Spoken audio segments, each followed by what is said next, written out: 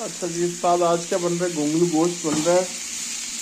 और मेरी लाइकिंग से मैंने आज बहुत ऑयल कम किया हुआ था, लेकिन खैर इसमें ऑयल कम डाला, ऊपर थोड़ा सा पानी भी इसमें आया, उसका भी है। लेकिन इनको मेरा वालदा ने कहा था थोड़े से पजाना है इनको, इससे इनका मेरे ख्याल से वो जो झारदार नहीं चीज़ होती वो थोड़ी कम होती है।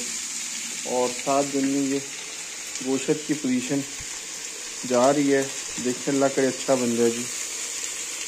तो देखते हैं कैसा, उम्मीद है ठीक ही बन जाएगा भी। ज़रा थोड़ी देर में इनको और वो करूँगा।